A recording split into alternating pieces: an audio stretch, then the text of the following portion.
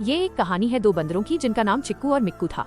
वे एक घने जंगल के किनारे रहते थे जहाँ खाने की बहुत कमी हो गई थी। अपनी गरीबी और भूख से परेशान थे।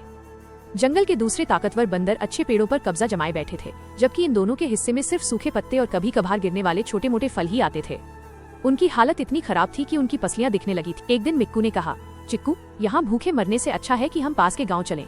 सुना है वहाँ इंसानों के पास बहुत सारा खाना होता है। दोनों हिम्मत जुटाकर गाँव की ओर चल दिए। रास्ते में वे थककर चूर हो गए थे, लेकिन एक दूसरे का साथ उन्हें हिम्मत दे रहा था। गांव पहुंचकर उन्होंने देखा कि एक बुढ़िया आंगन में पापड़ सुखा रही थी।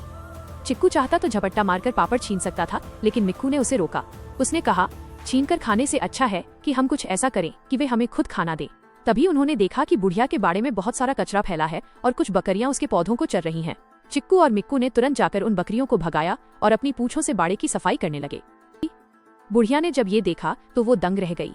उसने पहले कभी ऐसे समझदार बंदर नहीं देखे थे जो चोरी करने के बजाय मदद कर रहे थे। उसने खुश होकर अंदर से 2 बड़े मीठे आम और कुछ रोटियां लाकर उनके सामने रख दी।